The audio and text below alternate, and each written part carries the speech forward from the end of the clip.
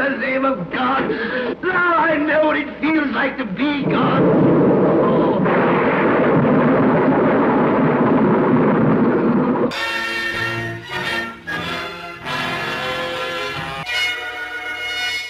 I want you to do something for me. Describe Frankenstein's monster. What do we see? Flat head, pale green skin, bolts sticking out of the neck, raggedy suit that's slightly too small for him, revealing the scars on his arms, huge platform boots. What else do we see? Mountaintop castles, angry villagers with pitchforks and torches, Dr. Frankenstein wildly yelling, It's alive! It's alive! It's alive! But here's the thing.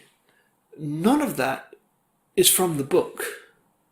Here's how Mary Shelley describes the creature.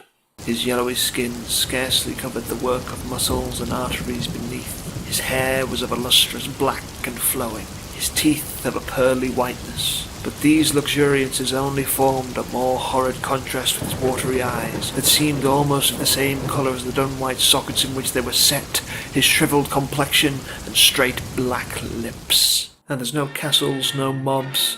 Hell, in the book, only Victor really knows that the creature exists. So why do we picture Frankenstein like this? One simple reason. Boris.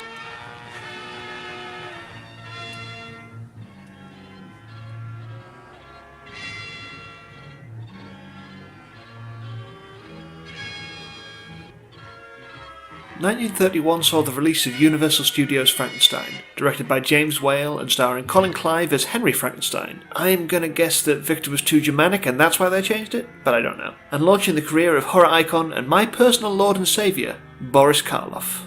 With its gothic sets, over-the-top acting and scenes that will be remembered forever. It's alive! It's a legitimately great movie that holds up even after all this time. I give this movie nothing but praise, and I defy anyone to find anything I could ever not like about it. As though she isn't worth anything more than having been someone's wife. She invented sci-fi, you sexist twat! Boris Karloff's monster is so iconic that it completely changed the way that we view the character in the popular consciousness. And not just visually, but also in action. How does Frankenstein's monster act? He stumbles around, he doesn't speak, he's ultimately gentle, though prone to violence when provoked. He perceives the world like a child, and we feel for him because of the cruelty enacted upon him. But again, that's not reflective of the book. There he's articulate, cunning and cruel. While we can still empathise with him on some level, he is still hated for his appearance after all. He's a far more cold and calculating figure when it comes to his acts of violence. The childlike nature much more quickly gives way to a world weariness. So why do we picture this before this?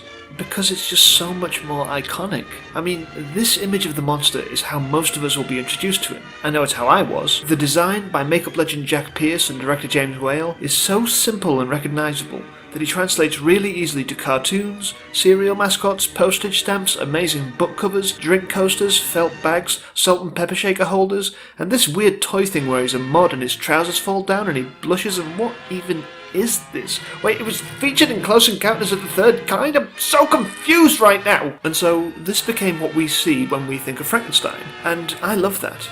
Creations can outgrow their creators, and for all that Mary Shelley's original novel is fantastic and you should read it, this is what Frankenstein is now. It has outgrown the book into a cultural touchstone all by itself that has had far more influence than I think anyone could have expected. So when you think of Frankenstein, it is okay to think of this version first. Frankenstein is an icon because of this film, and its many sequels, but there's something to talk about some other time. For now, we're out of time, but be sure to come back for the next part, where we'll be looking at an entirely different archetype to spring up out of this story.